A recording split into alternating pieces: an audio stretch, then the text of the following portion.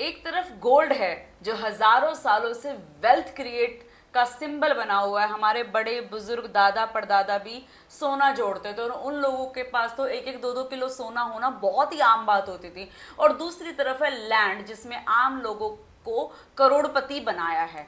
जमीन एक ऐसी चीज है जो एक ऐसा एसेट है कि भाई आप लगा लो कि आप जनरेशन्स के लिए वेल्थ क्रिएट कर रहे हो। लेकिन आज आपके पास दोनों में से एक ही ऑप्शन अगर है तो आपको क्या करना चाहिए, ये सोचने की बात है। क्योंकि आजकल जो है वो गोल्ड के जो दाम है ना, वो आम आदमी की पहुंच से बाहर हो चुके हैं। सोना बेचकर जमीन खरीदनी चाहिए या जमीन बेचकर सोना, ये इस वीडियो का मुद्दा रहेगा। अब आज इस वीडियो को जब हम खत्म करेंगे तो इस कंक्लूजन पर पहुंच पाएंगे कि हमें क्या करना है।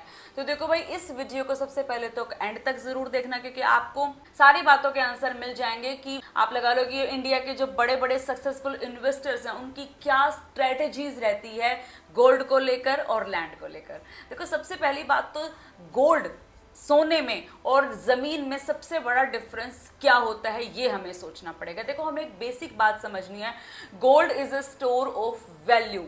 सोना जो होता है उसकी एक अलग वैल्यू होती है और land is a wealth creation asset. Gold आपकी परचेजिंग पावर को प्रोटेक्ट करता है, लेकिन लैंड आपकी वेल्थ को मल्टीप्लाई कर सकती है। अगर मैं बात करूं 2004 या 5 की, तो उस वक्त सोने का जो गोल्ड का रेट होता था वो क्लोज टू 4 से 5 हज़ार होता था। और आज की अगर मैं बात करूं 2026 में, तो 1,56,000 रुपए का जो है सोना हो गया है। अब आप लगा लो ना कि कहां से कहां इन्वेस्टमेंट चली गई है ना।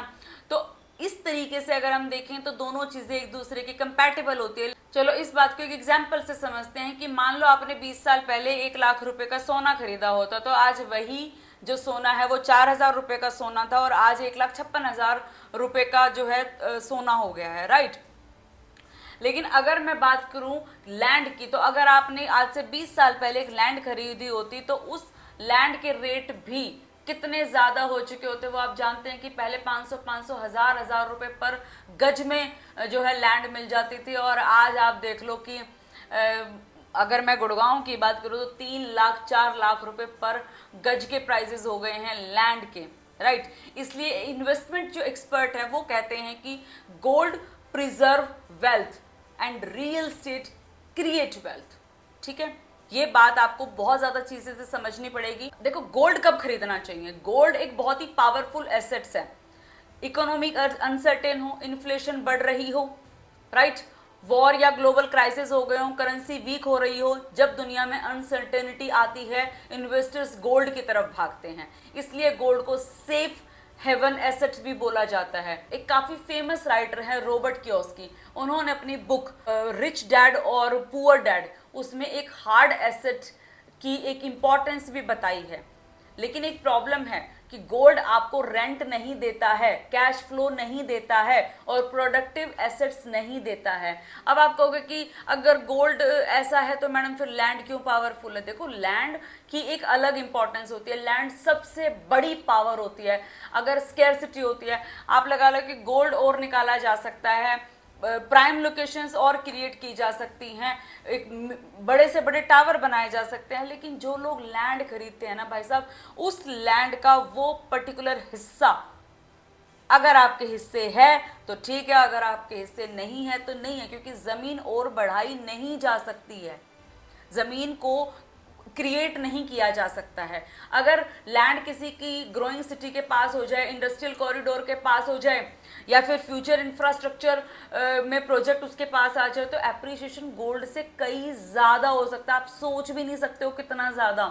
आप लगा लो कि यहाँ पर गुड़गांव है, गुड़गांव में ऐसे ऐसे गांव के किसान लोग हैं जिन लोगों को ट्रस्ट में ये भी नहीं पता कि वो कितने ज्यादा हजारों करोड़ के मालिक बन चुके हैं एक जमीन पर बेस पर, जमीन के बेस पर।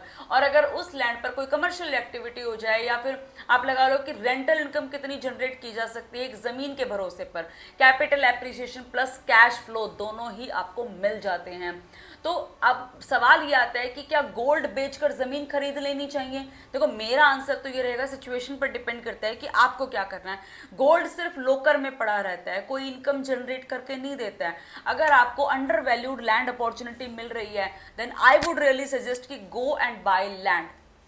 आप गोल्ड को बेचकर जमीन खरीद सकते हो। अगर आपका सोना जो है वो ऑलरेडी एक तरीके से आप एप्रिशिएट कर चुके हो, जाके किसी भी गोल्ड को आप बेच सकते हो किसी भी टायर 2 टायर 3 सिटी में, या फिर आपका बजट जो भी होता है उसके अकॉर्डिंग आप कोई भी लैंड खरीद सकते हो।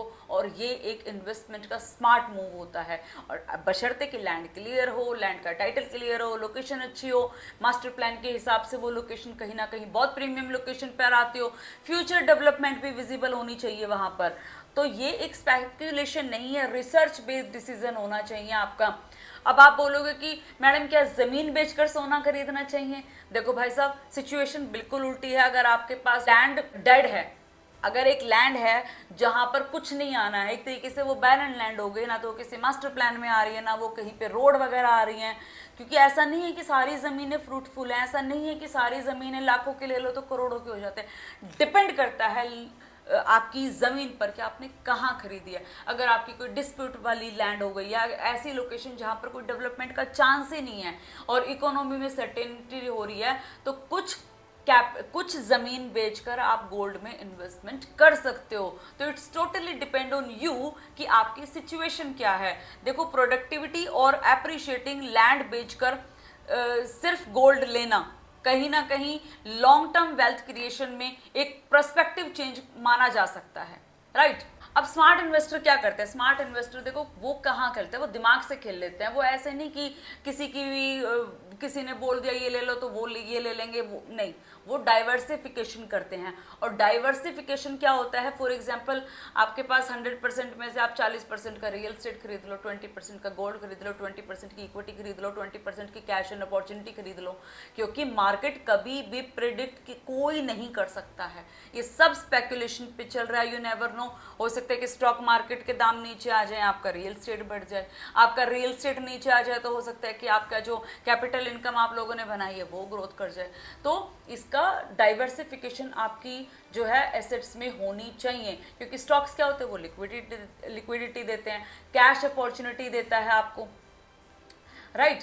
तो ये चीजें आपको सोच समझ कर करनी पड़ेंगी। अब सोना बेचकर जमीन खरीदनी चाहिए। अगर जमीन हाई ग्रोथ एप्रिसिएशन और लोकेशन पर है तो बिल्कुल हाँ भाई, सोना बेचकर जमीन खरीद लो, कोई दिक्कत नहीं आती।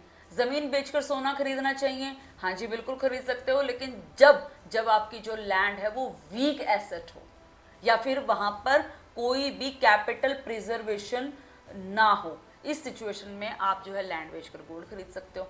तो आपको ये ध्यान में रखने की जरूरत है कि गोल्ड आपको अमीर बनाने से ज्यादा आपकी वेल्थ क्रिएट आपको करके देगा, वेल्थ बचाता है वो आपकी, ठीक है? लेकिन सही लोकेशन की लैंड भी आपकी वेल्थ को मल्टीप्लाई कर सकती है।